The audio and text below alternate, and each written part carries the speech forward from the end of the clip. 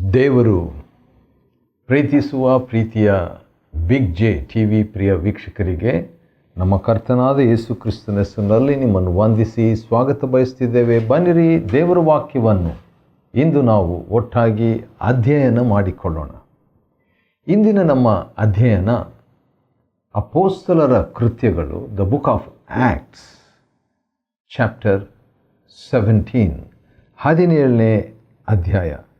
17ನೇ ಅಧ್ಯಾಯ ಅಪೋಸ್ತಲ ಕೃತ್ಯದಲ್ಲಿ ನಾವು 1ರಿಂದ 15 ಮೊಟ್ಟ ಮೊದಲನೇದಾಗಿ ವಿಭಾಗಿಸಿ ಅಧ್ಯಯನ ಮಾಡಿಕೊಳ್ಳೋಣ್ರಿ. Book of Acts chapter 17 verses 1 to 15.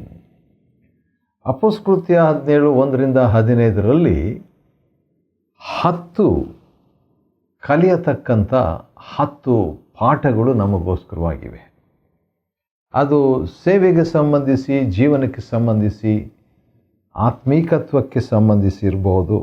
ಒಟ್ಟು ಕಲಿಯತಕ್ಕಂಥ 10 ಆತ್ಮಿಕ ಪಾಠಗಳನ್ನು ನಾವು ನೋಡಿಕೊಳ್ಳಲಿಕ್ಕಿದ್ದೇವೆ. 10 spiritual lessons from acts chapter 17 verses 1 to 15.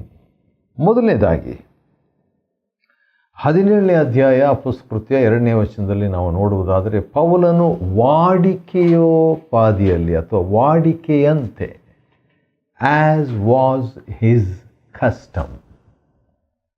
ಪೌಲನ ಒಂದು ಅಭ್ಯಾಸ ಏನಾಗಿತ್ತು ಅಂತ ಹೇಳಿದ್ರೆ, ಸಬ್ಬತ್ ದಿನದಂದು ಸಭಾಮಂದಿರಕ್ಕೆ ಹೋಗಿ ಅಲ್ಲಿ ವಾದಿಸುವಂಥದ್ದು ಅಥವಾ ಮಾತನಾಡುವಂಥದ್ದು. So that was his practice. ಅದು ಆತನ ವಾಡಿಕೆಯಾಗಿತ್ತು. ಅದು ಒಳ್ಳೆಯ ಅಭ್ಯಾಸ ಅಲ್ವಾ? ಸಬ್ಬತ್ ದಿನದಲ್ಲಿ ದೇವರ ಆಲಯಕ್ಕೆ ಹೋಗಿ ಜನರ ಜೊತೆಯಲ್ಲಿ ದೇವರ ವಾಕ್ಯವನ್ನು ಚರ್ಚಿಸುವಂಥ ಒಂದು ಅಭ್ಯಾಸ. ಪೌಲನಿಗೆ ಅಂಥ ಒಂದು ಅಭ್ಯಾಸವಿತ್ತು. ಅದನ್ನೇ ನಾವು ಅಪೊಸ್ತಲ ಕೃತ್ಯ 17:2 ನೋಡ್ತೀವಿ. ಇದು ಕಲಿಯತಕ್ಕಂಥ ಮೊದಲನೇ ಆತ್ಮಿಕ ಪಾಠ. ಎರಡನೇದಾಗಿ ಪೌಲನು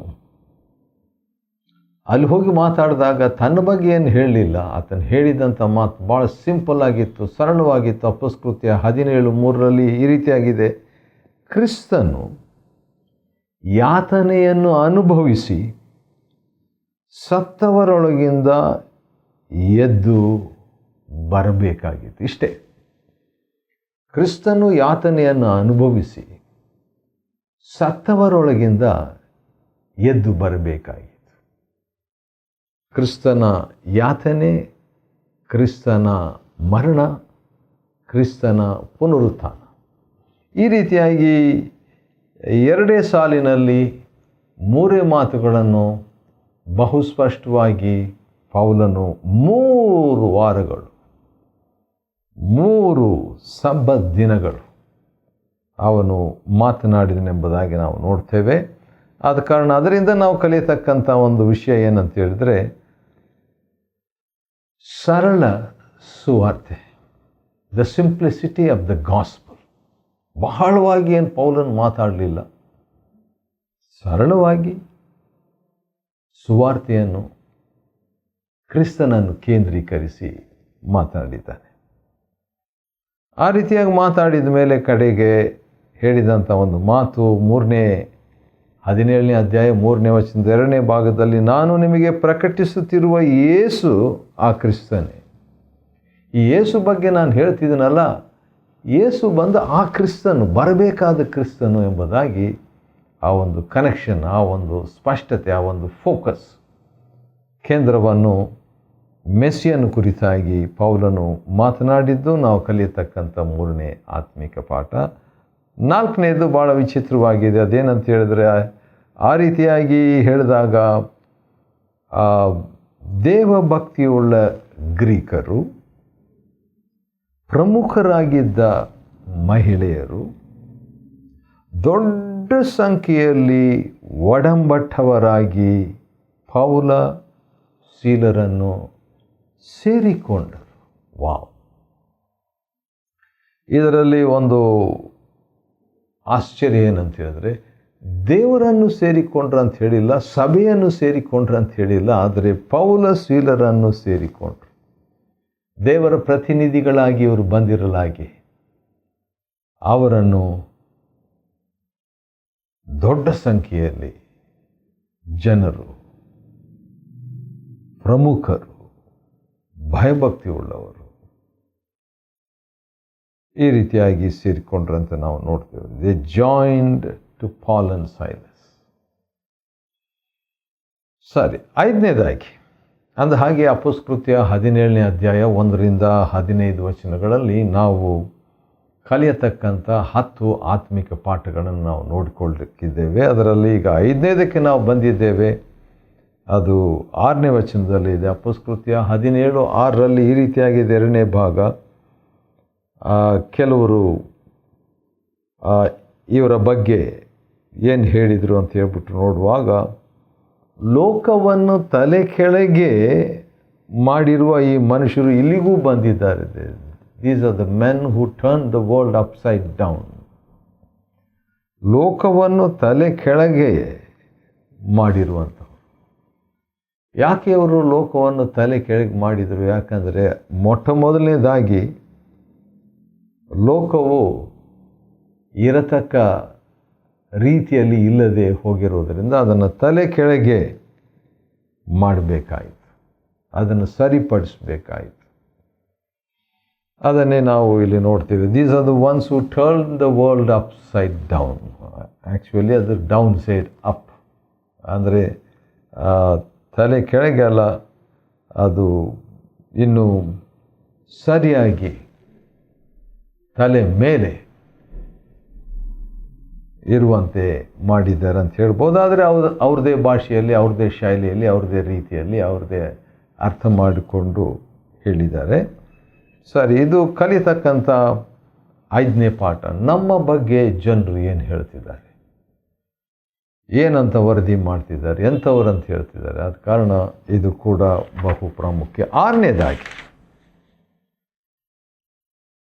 ಅಂದ ಹಾಗೆ ಅಪೊಸ್ತಲಕೃತ್ಯ 17ನೇ ಅಧ್ಯಾಯ 1-15 ನಾವು ಕಲಿಯತಕ್ಕಂಥ 10 ಆತ್ಮಿಕ ಪಾಠಗಳನ್ನು ನಾವು ನೋಡ್ತಿದ್ದೇವೆ. 5 ಮುಗಿತು, ಇನ್ನು 5 ಇದೆ. 6ನೇದಾಗಿ ನಾವು ನೋಡಿಕೊಳ್ಳುವಾಗ ಇವರು ಪೌಲಸೀಲರು ಬೆರೋಯ ಅಂತ ಹೇಳ್ಬಿಟ್ಟು ಒಂದು ಸ್ಥಳಕ್ಕೆ ಬರ್ತಾರೆ.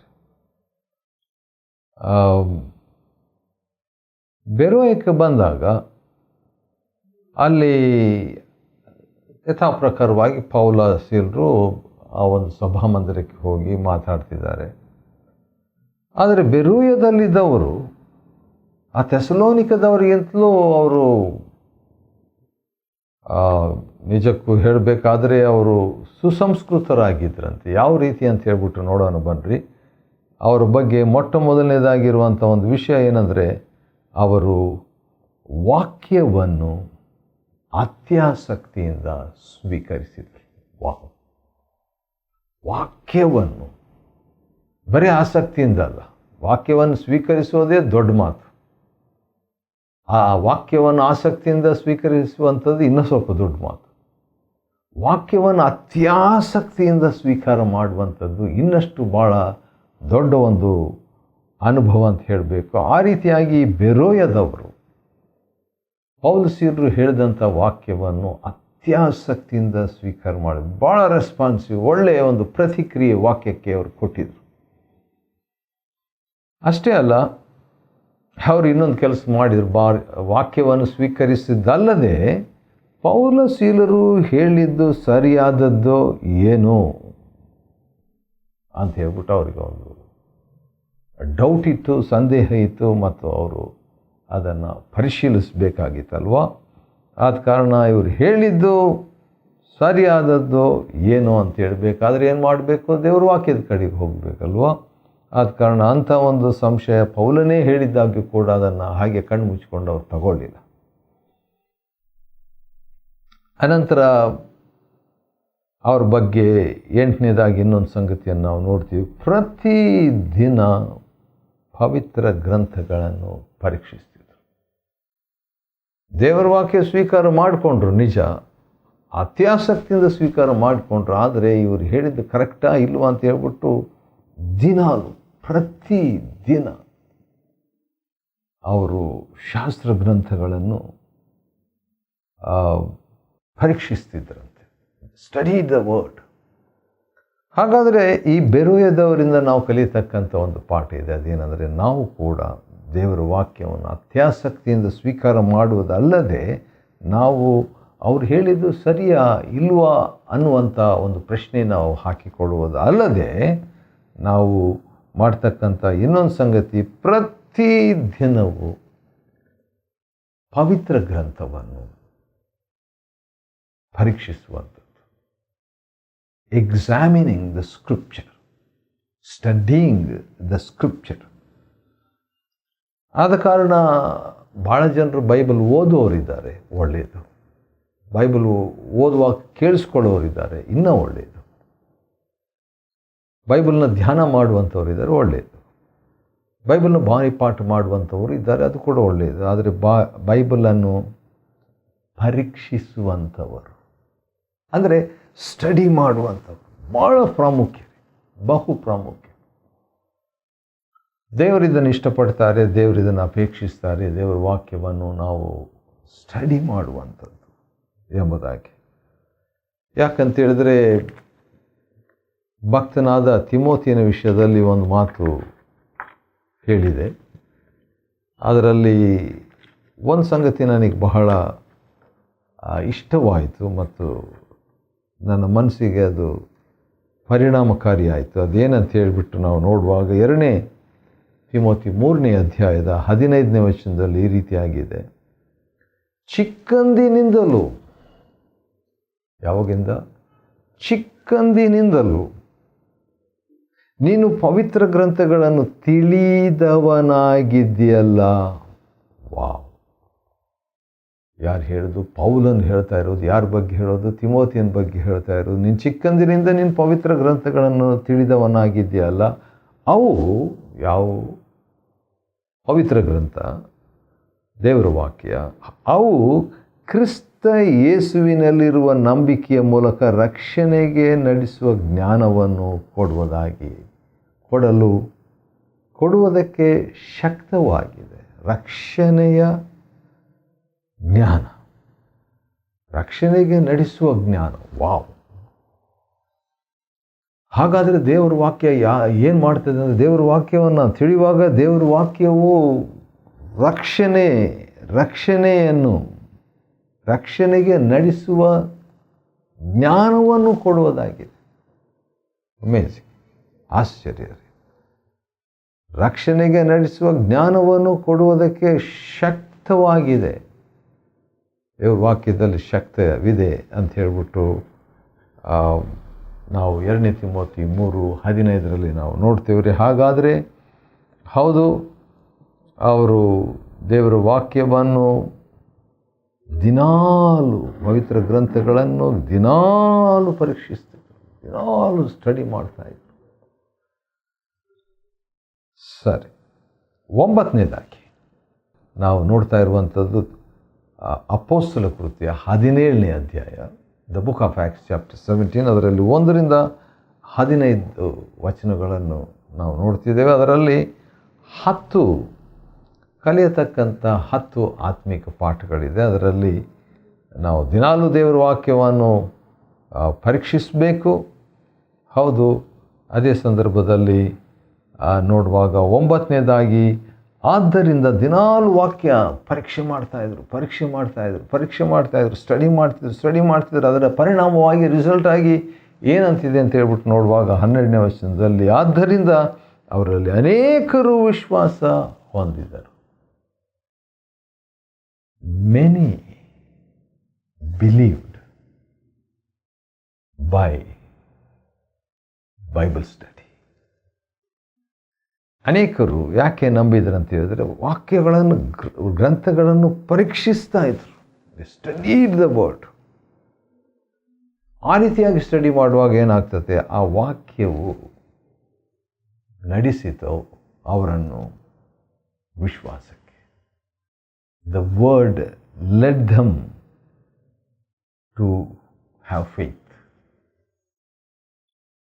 ಅನೇಕರು ವಿಶ್ವಾಸ ಹೊಂದಿದ್ದಷ್ಟೇ ಅಲ್ಲ, ಅನೇಕ ಗ್ರೀಕ ಪುರುಷರು, ಪ್ರಮುಖ ಸ್ತ್ರೀಯರು ಕೂಡ ವಿಶ್ವಾಸವನ್ನು ಇಟ್ಟರು ಅಂತ ಹೇಳ್ಬಿಟ್ಟು. ನೋಡಿರಿ ದೇವ್ರ ವಾಕ್ಯದ ಮಹತ್ವ. ಏನೋ ಅಂದ್ಕೊಂಡು ಬಂದರು, ಆದರೆ ದೇವರು ಸ್ಪರ್ಶನೆಯನ್ನು ನೀಡಿದಾಗ, ದೇವರು ಕಾಣಿಸ್ಕೊಂಡಾಗ ಅಥವಾ ದೇವರ ಸನ್ನಿಧಾನವನ್ನು ಒದಗಿಸಿದಾಗ, ದೇವರ ಪ್ರಸನ್ನತೆ ಅವರಿಗೆ ಲಭ್ಯವಾದಾಗ ಏನಾಯಿತು ಅಂತ ಹೇಳ್ಬಿಟ್ಟು ನೋಡುವಾಗ ಅನೇಕರು ಯೇಸುವಿನಲ್ಲಿ ವಿಶ್ವಾಸವನ್ನಿಟ್ಟರು. They had faith in Jesus. ಮತ್ತು ಕೊನೆಯದಾಗಿ ಇನ್ನೊಂದು ವಿಷಯ ಕೂಡ ಇದೆ. ಅದೇನಂತ ಹೇಳಿದರೆ, ಅದನ್ನು ಓದ್ತೀನಿ ನಿಮಗೋಸ್ಕರವಾಗಿ. ಅಪೊಸ್ತಲರ ಕೃತ್ಯ 17ನೇ ಅಧ್ಯಾಯ 15ನೇ ವಚನ. ಪೌಲನನ್ನು ಬಿಟ್ಟು ಬರಲು ಹೋದವರು ಅವನ ಜೊತೆ ಅಥೇನೆ ಪಟ್ಟಣದವರೆಗೆ ಹೋದರು. ಸೀಲ ಮತ್ತು ತಿಮೋತಿಯರು ಸಾಧ್ಯವಾದಷ್ಟು ಬೇಗನೆ ತನ್ನ ಬಳಿ ಬರಬೇಕೆಂಬ ಅಪ್ಪಣೆಯನ್ನು ಪೌಲನಿಂದ ಪಡೆದು ಅವರು ಬೆರೋಯಕ್ಕೆ ಹಿಂದಿರುಗಿ ಹೋದರು. ಇಲ್ಲಿ ನೋಡುವಾಗ ದೇವರ ಅಪ್ಪಣೆ ಅಂತ ನಾವು ನೋಡ್ತೀವಿ, ಆದರೆ ಇಲ್ಲಿ ನಾವು ನೋಡುವಂಥದ್ದು ಪೌಲನ ಅಪ್ಪಣೆ.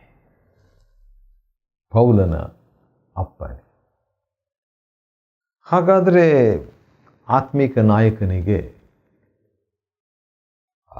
ಆತ್ಮಿಕ ಅಧಿಕಾರ ಇದೆ. ಈ ಬಗ್ಗೆ ಒಂದು ವಾಕ್ಯ ನಾನು ಓದ ಬಯಸ್ತೇನೆ. ಅದು ಇಬ್ರಿಯರಿಗೆ ಬರೆದ ಪತ್ರಿಕೆಯಲ್ಲಿ ಇರುವಂಥ ಒಂದು ವಾಕ್ಯ. ನೋಡೋಣ ಏನಾಗಿದೆ, ಹೇಗಿದೆ ಅಂತ ಹೇಳ್ಬಿಟ್ಟು. ಇದಕ್ಕೆ ಸಂಬಂಧಪಟ್ಟಂಥದ್ದೇ ಅದು.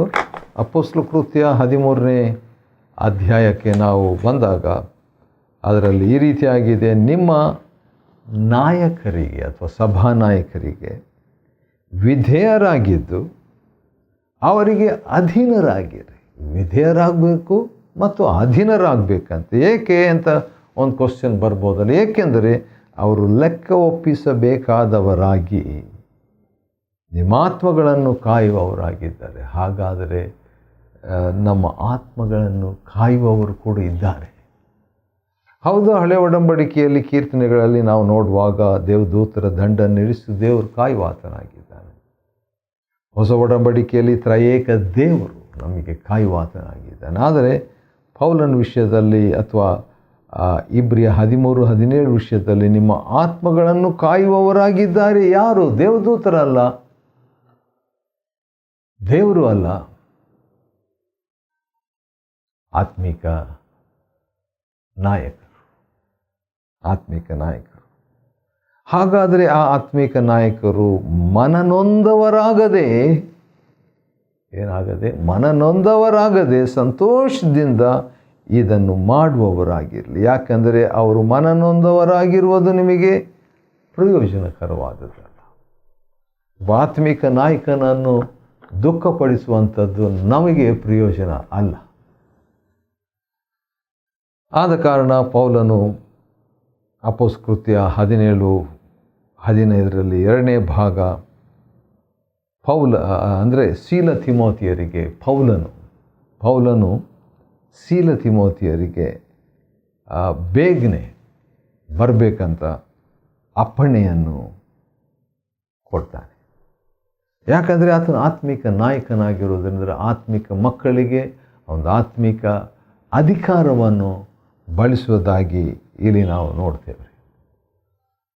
ಆದುದರಿಂದ ಆ ಪೌಲನಿಂದ ಸಾಕಷ್ಟು ಸಂಗತಿಗಳು ನಾವು ಕಲಿಯೋದಕ್ಕೆ ಆಸ್ಪದವಾಯಿತು. ಹೌದು, ಅಪೊಸ್ತಲರ ಕೃತ್ಯ ಈ ಥೆಸಲೋನಿಕದಲ್ಲಿ 3 ವಾರ ಅಷ್ಟೇ ಪೌಲನು ಹೋಗಿದ್ದು.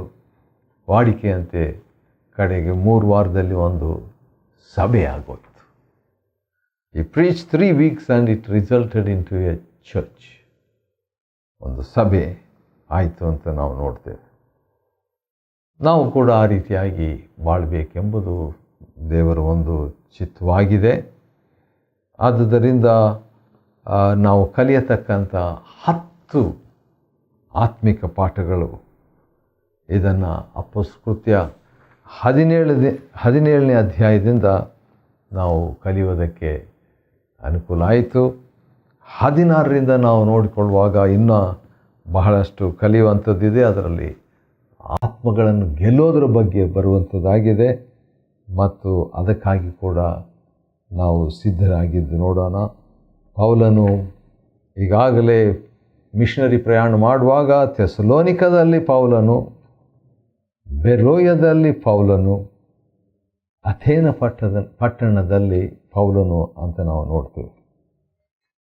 ಅಪೊಸ್ತಲಕೃತ್ಯ 17ನೇ ಅಧ್ಯಾಯ 1-15 ವಚನಗಳಲ್ಲಿ 10 ಆತ್ಮಿಕ ಪಾಠಗಳನ್ನು ಕಲಿಯುವಂತೆ ದೇವರು ನಮಗೆ ಕೃಪೆ ಕೊಟ್ಟಿದ್ದಕ್ಕಾಗಿ ಆತನ ಸ್ತೋತ್ರವಾಗಲಿ. ದೇವರು ನಿಮ್ಮನ್ನು ಆಶೀರ್ವದಿಸಲಿ.